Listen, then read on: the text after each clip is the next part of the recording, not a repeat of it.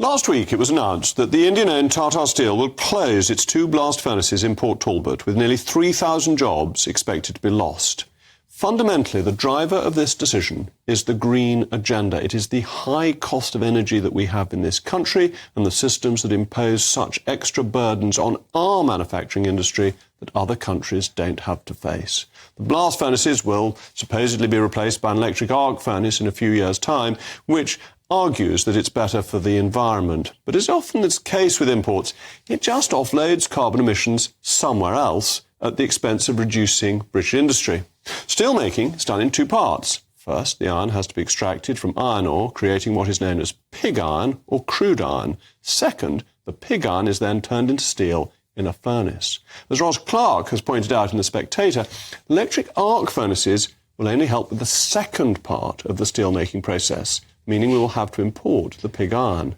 So while on paper these developments will significantly reduce our carbon emissions, we will merely be offloading them to countries such as China or India. It's reminiscent of energy imports in which we offload the carbon emissions to other countries rather than using our own domestic supplies.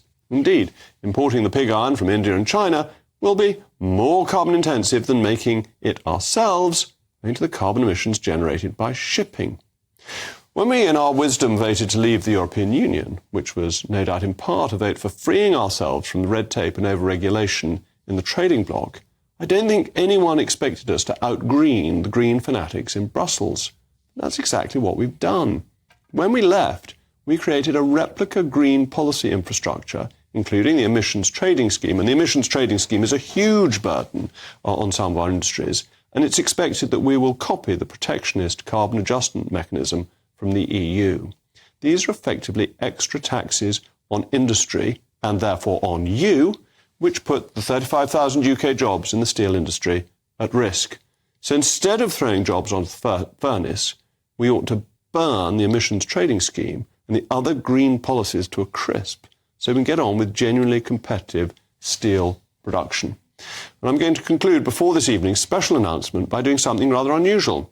I'm going to quote a Labour MP. The local MP, Stephen Kinnock, said in response to the news from Port Talbot, global demand for steel is growing, but by pursuing a narrow electric arc furnace-only model, Tata Steel will be unable to seize the commercial opportunities of the future, while at the same time leaving Britain more dependent on imported steel from countries whose governments won't always have Britain's best interests at heart.